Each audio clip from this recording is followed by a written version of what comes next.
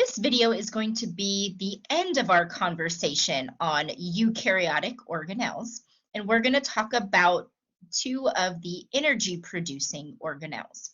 That's going to be the mitochondria and the chloroplast. Now, before we dive into the details of these, I do want to mention that most eukaryotes have a mitochondria. Only some have a chloroplast, okay? So you do tend to find a mitochondria in eukaryotic cells. Chloroplast, it depends. If the organism is photosynthetic, meaning it needs to create its own food, then it will have a chloroplast. But a lot of people tend to think that a eukaryotic cell has only one or the other. And that's not true. There are eukaryotic cells that have a mitochondria and a chloroplast. Okay? So it's not always one or the other. All right, so both of these organelles produce energy, okay? So let's talk about mitochondria first. So the mitochondria has two membranes, an outer membrane, which kind of has like an oval or a bean shape. Let me get my mouse to cooperate. There we go. Sorry, I have 3 screens, so keeping track of my mouse is sometimes a little hard. So as you can see, there's this outer smooth membrane, again, kind of gives it this bean shape. And then on the inside, there's an inner membrane, and it's all folded. Do you see that? We call those folds cristae. So that is a word that you are going to want to remember. And I want you to think about, why is the inner membrane folded? Why isn't it just one continuous kind of like oval structure like that outer membrane? Well, it all comes down to energy. The goal of the mitochondria is to produce ATP, which is energy that the cell can use.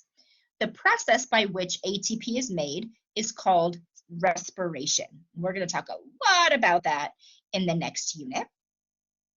So it turns out that the final step of respiration is when most of the ATP is made. And it just so happens that the enzyme responsible for mass producing ATP is found in that inner mitochondrial membrane. So then the more inner membrane the cell has, the more ATP can be made.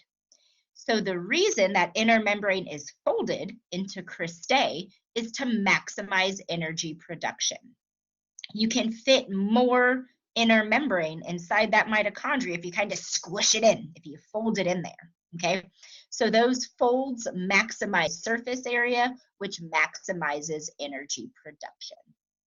Now, it also turns out that the mitochondria, specifically that middle region, the mitochondrial matrix, has ribosomes and DNA, okay?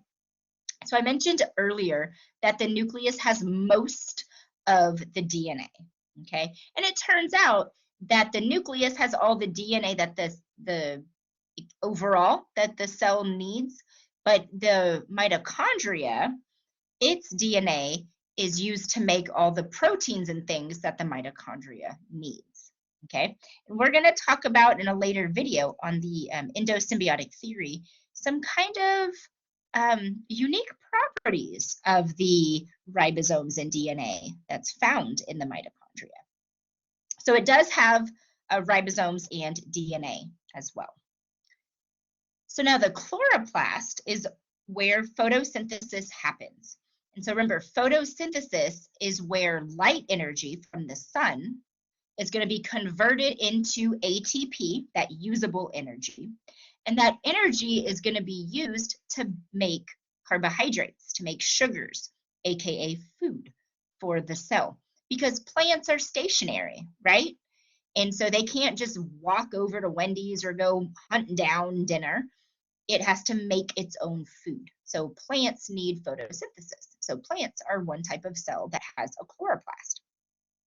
So because the chloroplast is responsible for energy production, we need, or I should say, it needs ways to maximize that energy production.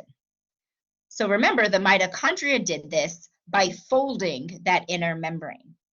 Well, the chloroplast takes a slightly different approach. It builds upwards. It's kind of like in Austin, right?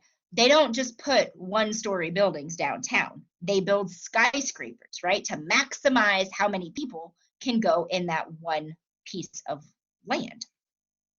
And so inside the chloroplast, you'll see these little thylakoids, which are these individual little circular things here, okay? And those thylakoids are stacked on top of each other. So a stack of thylakoids are called a granum. So again, terminology you want to know. Any bold purple words means you want to know what they mean. So these granum, you're going to find lots of them inside of a chloroplast, because it turns out, you see how the individual thylakoids, right, they're green. That's because they contain molecules that are going to harness energy from the sun. So the more of these thylakoids there are, the more energy can be taken in and converted to usable ATP. So that's why these thylakoids are stacked, and you see lots of those stacks or granum inside the chloroplast, because it's maximizing energy production. Now it turns out that the chloroplast also has its own DNA and ribosomes, okay? And again, those are going to be associated with the needs of the chloroplast. So make sure you check out the video on endosymbiotic theory to learn more about this mysterious ribosomes and DNA found inside of these energy-producing organelles. All right, with that cliffhanger, I'm going to go ahead and end this video. So as always, let me know if you have any questions.